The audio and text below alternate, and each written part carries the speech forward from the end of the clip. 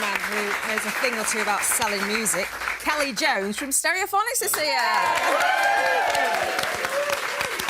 Thank you for joining us. So your new album, Kind, is out now. We're looking forward to hearing you perform your new single. We were just talking during the film there. Have you got any fond memories of kind of the first single that you bought from a record store? Yeah, my dad took me to...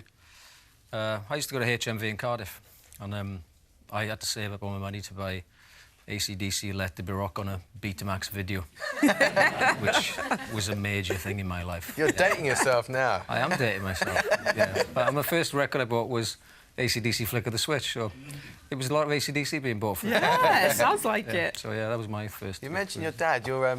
He was instrumental in you becoming a musician, wasn't he? Because he bought you your first guitar, is that right? Yeah, my old man was a singer, so I used to follow him around the working men's clubs when I was a kid. Me and my mother would sit and watch him. And then he bought me a little acoustic guitar, and yeah, that got me going. Wrote a lot of the first record on that guitar. Yeah. We were talking earlier this week about working men's clubs, and now they're in some sort of slight decline, but they're incredibly important because it's how people like you got started. We did all our gigs in working men's clubs. Yeah, I did my first gig when I was 12 at the end of the street, and we pushed our gear up the street on a trolley because we couldn't drive, and then they told us to get out when we finished because we couldn't drink either because we were too young. So, but we worked up to that and we got there in the end. Yeah. And I remember from back in the day a notorious picture of you with your hands up for boxing because you had, was it right? You had an uncle who was big into boxing and you took it really seriously for a while. My uncle Cyril was well, I haven't seen that for a while. My uncle Cyril was a boxing referee, and they lied about my age, and I fought a lot of kids when I was about 11, 12. So were the kids older than you or younger than you? I don't think I was allowed to be fighting, but they said I was older than I was. Which is not good, is it? But I retired undefeated, five fights out of 5, so it was all right. And then I quit.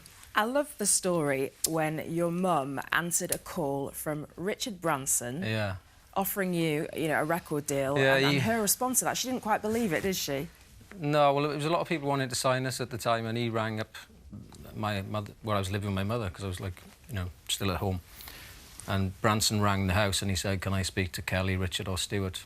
Like, we'd all live in the same house. And my mother said, who's this? And he said, this is Richard Branson. And she said, yeah, right, and I'm Elizabeth Taylor. And she hung up on me.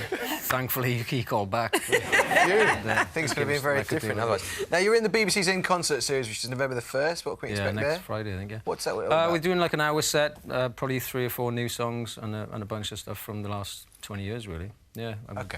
Yeah, it should be good. Cool. Looking forward to it. Well, as you said, we're going to be hearing your latest single, Bust This Town, shortly. Thank you. Now, with Bust This Town, taken from their new album, Kind, which is out today, it's Stereophonics.